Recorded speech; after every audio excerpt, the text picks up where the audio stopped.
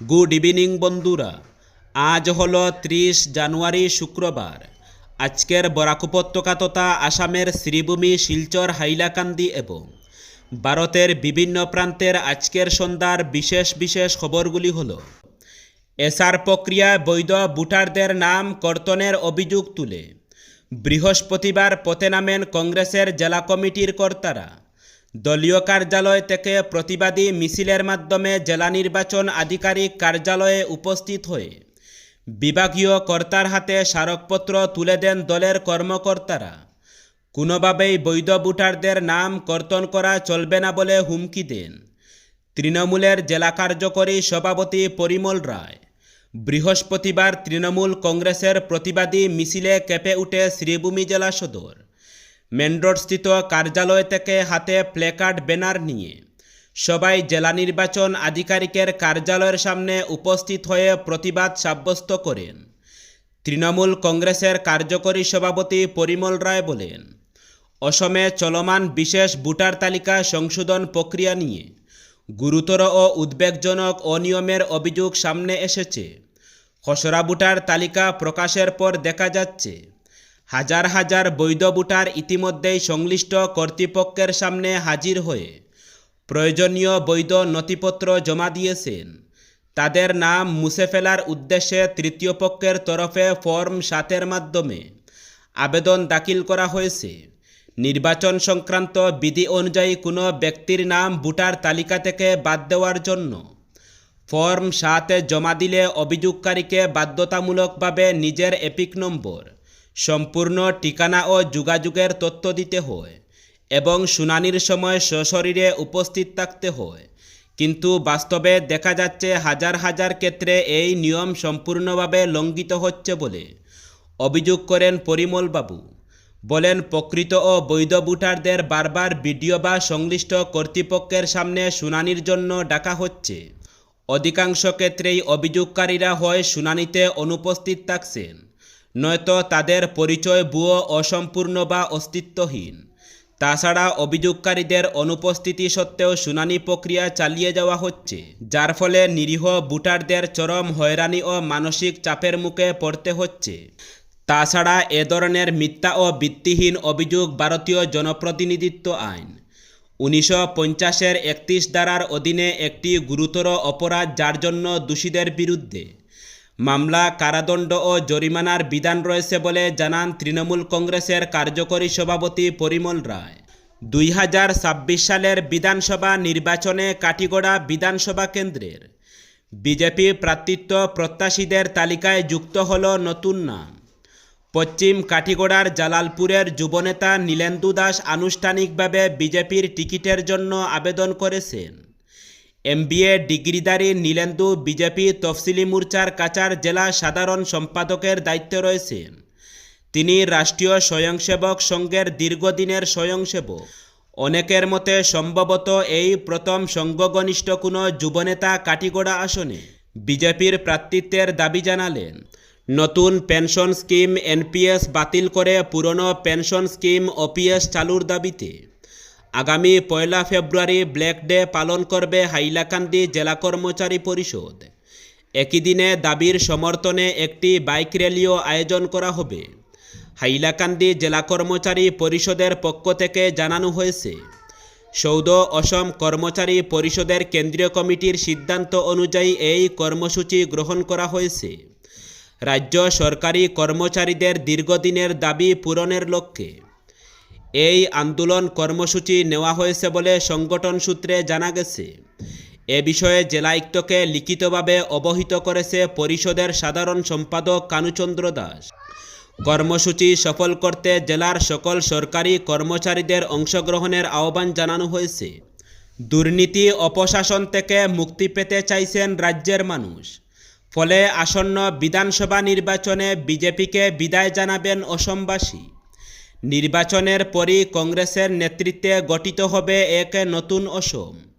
দৃঢ়তার সঙ্গে এই প্রত্যয় ব্যক্ত করলেন APCC সভাপতি গৌরব গগৈ।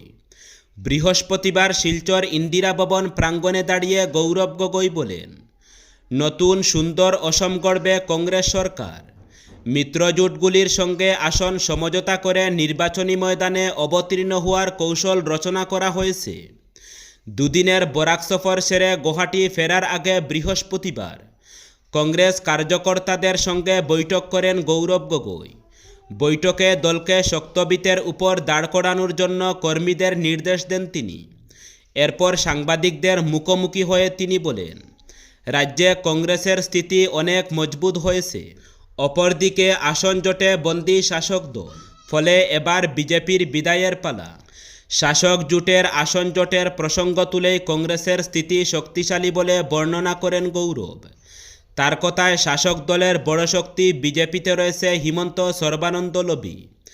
এছাড়া যেখানে এজিপির বিধায়করা রয়েছেন সেই আসনেও প্রার্থী দাঁড় করাতে চাইছে বিজেপি। ঠিক একইভাবে বিজেপির দখলে থাকা আসন চেয়ে বসেছে আঞ্চলিক দল। এছাড়াও ইউপিপিএল এবং বিপিএফকে একসঙ্গে রাখতে ব্যর্থ হয়েছে শাসক জোট। সব মিলিয়ে শাসক দল রয়েছে বেকায়দায়। অপরদিকে কংগ্রেসের জোটকেন্দ্রিক কোনো সমস্যা নেই। মিত্রদলগুলির সঙ্গে সমঝোতা করেই নির্বাচনে লড়বে তারা। বিজেপিকে শাসন ক্ষমতা থেকে উৎখান করাই তাদের লক্ষ্য। এই বিষয়টি মাথায় রেখেই বিরোধী জোট ঐক্যবদ্ধভাবে ময়দানে নামার প্রস্তুতি শুরু করেছে বলে মন্তব্য করেন গৌরব গগৈ। চা শ্রমিক সম্প্রদায়ের অবদানকে সম্মান জানাতে মুখ্যমন্ত্রীর একটি কলি দুটি পাতা প্রকল্পের অধীনে 5,000 টাকার আর্থিক অনুদানের চেক প্রদান করা হচ্ছে। বৃহস্পতিবার রাজ্য সরকারের এই প্রকল্পের মাধ্যমে দলাই বিধানসভা কেন্দ্রের বড়জালেঙ্গা ও দুয়ারবন চা বাগানের শ্রমিকদের মধ্যে এককালীন অর্থ সহায়তার চেক বিতরণ করেন বিধায়ক নিহার রঞ্জন দাস। অপরদিকে রাজ্য সরকারের একটি কলি দুটি পাতা প্রকল্পের চেক বিতরণ করা হলো কালীনগর বাগান নাচগড়ে। বৃহস্পতিবার 549 জন শ্রমিকদের মধ্যে চেক বিতরণ করা হয়। অনুষ্ঠানে বক্তব্য রাখতে গিয়ে বৈরবনগর মণ্ডল সভাপতি হীরেশ বিশ্বাস বলেন, মুখ্যমন্ত্রী হিমন্ত বিশ্ব শর্মা অসমের দায়িত্ব নেওয়ার পর থেকে রাজ্যের বাগান শ্রমিকদের জন্য বিশেষ চিন্তাধারা করছিলেন। উদ্দেশ্য কিভাবে বাগান শ্রমিকদের ছেলেমেয়েদের শিক্ষিত করে তোলা যায়। বলেন, মুখ্যমন্ত্রীর সহযোগিতা ও বিধায়ক বিজয় মালাকারের তৎপরতায় বাগান এলাকায় অঙ্গনওয়াড়ি সেন্টার, নতুন নতুন রাস্তাঘাট সহ আরও বিভিন্ন উন্নয়নমূলক কাজ হচ্ছে। শ্রীকুনা উচ্চতর মাধ্যমিক বিদ্যালয়ে প্রথমবারের মতো উচ্চ মাধ্যমিক পরীক্ষা চলতি বছর অনুষ্ঠিত হবে। এর জন্য রাজ্য সরকারের শিক্ষা বিভাগের পক্ষ থেকে উচ্চ মাধ্যমিক পরীক্ষা কেন্দ্রের স্বীকৃতি দেওয়া হয়েছে। উচ্চ মাধ্যমিক পরীক্ষাকে সামনে রেখে পরীক্ষা পরিচালন কমিটি গঠন করা হয়েছে। সভাপতি হয়েছেন আশুতোষ চক্রবর্তী ও সম্পাদক বিদ্যালয়ের অধ্যক্ষ মৃত্যুঞ্জয় সিনহা। প্রথমবারের মতো 143 ছাত্রছাত্রী এই কেন্দ্রে পরীক্ষায় বসবে। একইভাবে এই পরীক্ষা গ্রহণ কেন্দ্রে হাইস্কুল শিক্ষান্ত পরীক্ষাও অনুষ্ঠিত হবে।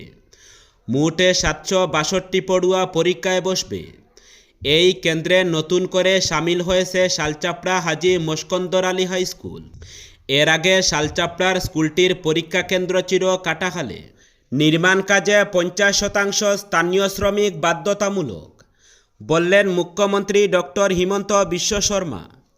অসমে নির্মাণ ক্ষেত্রে স্থানীয় যুবকদের কর্মসংস্থান নিশ্চিত করতে অন্তত 50% শ্রমিক অসমের বাসিন্দা হতে হবে, এমন নির্দেশ দিয়েছেন রাজ্যের মুখ্যমন্ত্রী ডক্টর হিমন্ত বিশ্ব শর্মা।